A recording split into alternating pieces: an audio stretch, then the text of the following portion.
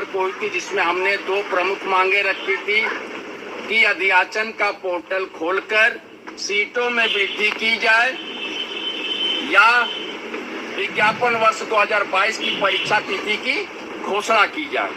दोनों में से कोई एक कार्य तो करना चाहिए चयन बोर्ड को। इसी उद्देश्य से 8 दिसंबर को हम लोग चयन बोर्ड के चेयरमैन से मिले थे और उन्होंने यह आश्वासन दिया था कि हम 10 दिनों के अंदर आपको इस पूरे प्रकरण से अवगत कराएंगे कि चयन बोर्ड ने क्या निर्णय लिया है।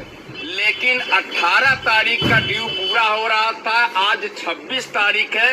26 तारीख को हम सभी प्रतियोगी छात्र भाई बेबस होकर फिर आए हैं चयन बोर्ड की दहलीज पर और सवाल हमारा वही है, पुराना सवाल पूछने का था कि आप अध्याचन का पोर्टल खोलेंगे या नहीं खोलेंगे।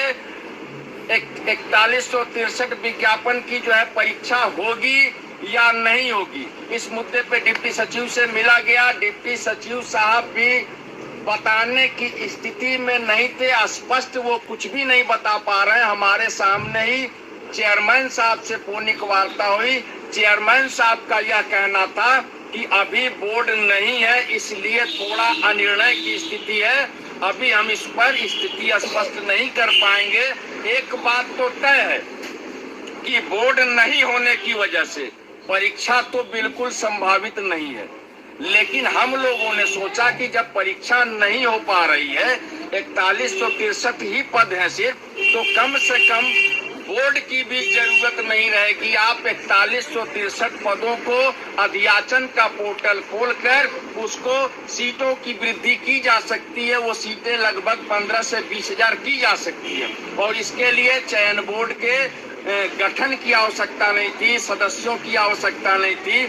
इसलिए आवश्यकता नहीं थी कि जो 4163 पदों का विज्ञापन आया है वह 9 जून को आवेदन की प्रारंभ करने की तिथि थी और पिछले 5 सदस्य 8 अप्रैल 2022 को जा चुके थे। यानी कि चयन बोर्ड के सदस्यों के नहीं रहने पर विज्ञापन निकाला गया, 4163 का निकाला गया था और पूरे उत्तर प्रदेश के लाखों प्रतियोगी छात्रों ने आवेदन किया, जिसमें लगभग 13,19,000 लोगों ने आवेदन किया है। एक व्यक्ति से 750 रुपया आवेदन शुल्क लिया गया है और यह लगभग जो है अमाउंट पहुंचता है 98 करोड़ 92 लाख रुपया की अमाउंट जो है ये उत्तर प्रदेश के तमाम नौजवान बेरोजगारों से चयन बोर्ड ने वसूला। उस समय बोर्ड नहीं था, आनन फानन में, जल्दीबाजी में चयन बोर्ड ने विज्ञापन निकाला, 98 करोड़ 92 लाख रुपया उत्तर प्रदेश के नौजवान बेरोजगारों से वसूला। अब हम कहते हैं कि परीक्षा कराओ तो परीक्षा पे हाथ खड़ा कर देते हैं। अब हम कहते हैं कि नहीं जो है अध्याचन का पोर्टल खोलिए ताकि जो है सीटों में वृद्धि हो जाए। अगर जो है चयन बोर्ड के गठन न होने की वजह से परीक्षा संपन्न नहीं हो सकती तो अध्याचन का तो पोर्टल खोल सकते हैं, लेकिन वहां पर भी हाथ खड़े करने की कोशिश की जा रही है। ये बड़े शर्म की बात है, ये अफसोस की बात है। अरे मेरे भाई उत्तर प्रदेश के नौजवान बेरोजगारों, अब भी वक्त है, संभलना होगा, सोचना होगा, समझना होगा, आना होगा, फिर से मैदान जंग में आना होगा, क्योंकि हम लोगों से 1 अरब रुपया चयन बोर्ड ने वसूला और परीक्षा की कभी दूर दूर तक कोई गुंजाइश नहीं है। चेयरमैन साहब हवाला दे रहे हैं कि चयन बोर्ड का गठन नहीं है, इसलिए परीक्षा तिथि की हम घोषणा नहीं कर सकते। हमने कहा चयन बोर्ड का पोर्टल खोल दीजिए, 14,000 सीट कर दीजिए, 24,000 कर दीजिए, उस पर भी आनाकानी कर रहे हैं। अब हम लोग आज की जो वार्ता हुई है उस वार्ता में यह स्थिति बनकर आई है कि चेयरमैन साहब अनिर्णय की स्थिति में है। अभी वो वर्तमान में लखनऊ में है। हमारा प्रतियोगी छात्र मोर्चा का प्रतिनिधिमंडल बहुत जल्द उनसे मिलने की कोशिश करेगा और अपने सवाल उनसे पूछे जाएंगे और हमारे सवालों का जवाब भी आदरणीय अध्यक्ष महोदय चयन बोर्ड से चाहिए कि आप या तो परीक्षा की तिथि की घोषणा करिए, अगर संभव नहीं है तो चयन बोर्ड का पोर्टल खोलिए, अध्याचन का पोर्टल खोलकर उसमें सीटों में जो है वृद्धि की जाए ताकि अधिकतम बेरोजगारों को नौकरी मिल सके। सबसे बड़ी बात यह है कि परीक्षा अगर कराने की स्थिति बनती है 8 अप्रैल 2023 को इनका कार्यकाल समाप्त हो जाएगा। उसके बाद 13,19,000 लोगों का बंडल इसी चयन बोर्ड में रहेगा।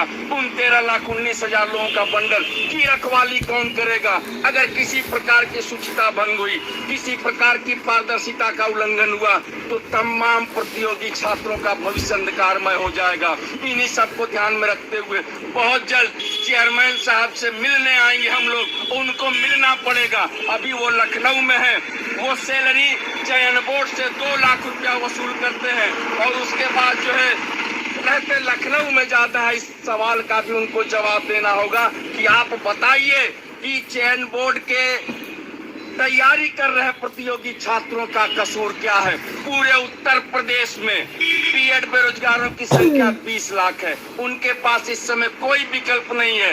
4163 टीजीटी पीजीटी के विज्ञापन के अलावा न प्राइमरी से वैकेंसी आ रही है, ना एलटीजीआईसी का मामला रुका हुआ समकक्ष हड़ताल विवाद को लेकर। तो आखिर हम करें क्या करें तो क्या करें। तो इसलिए हम लोगों ने फैसला किया है बहुत जल्द चयन बोर्ड के चेयरमैन से मिलेंगे, उनसे बात होगी, स्पष्ट करें वो कि अध्याचन का पोर्टल खोलेंगे या नहीं, परीक्षा कराएंगे या नहीं।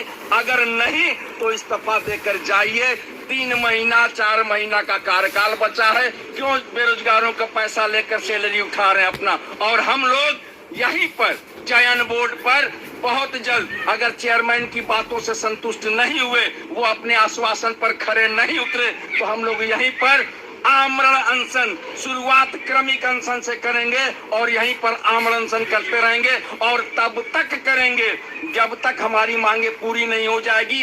भले इस प्रयास में हम सभी भाइयों की जान चली जाए, अगर नौकरी नहीं है तो जी कर क्या करेंगे। इसी उम्मीद के साथ मैं प्रतियोगी मोर्चा अध्यक्ष विक्की खान बहुत बहुत धन्यवाद। आप लोगों से कहूंगा कि जब बुलाया जाए तो घरों से निकलो मेरे भाई, घरों से निकलो।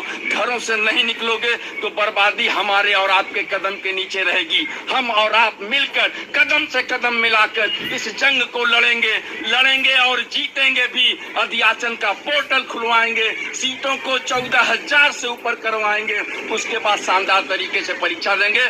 बहुत बहुत धन्यवाद। विक्की खान।